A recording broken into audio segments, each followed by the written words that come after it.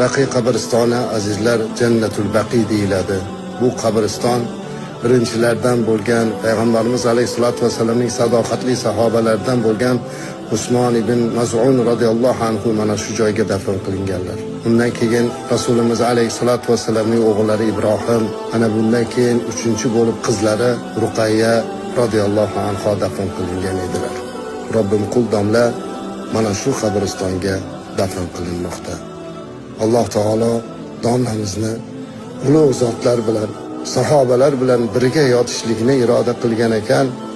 Rasulimizning hadislariga muvofiq u zot shafaat qilsa-yu, qiyomatda mahshargohda mana shu Jannatul Baqi qabristonida yotgan sahobalar bilan birga turmoqligini Alloh nasib qilsin.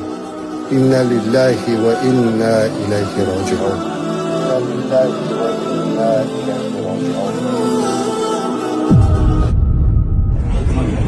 Allohim xotimalarni qanday go'zal qilsin.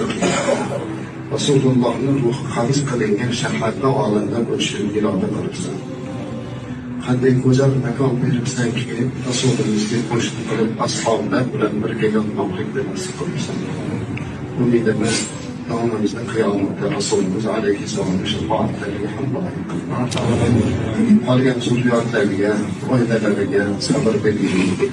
Orqalaridan duoda, takbirdan bardamonlik bering. Allohim ularni shu kungacha qilgan barcha yaxshi ezgu amallarni o'zlariga hamroh qilsin.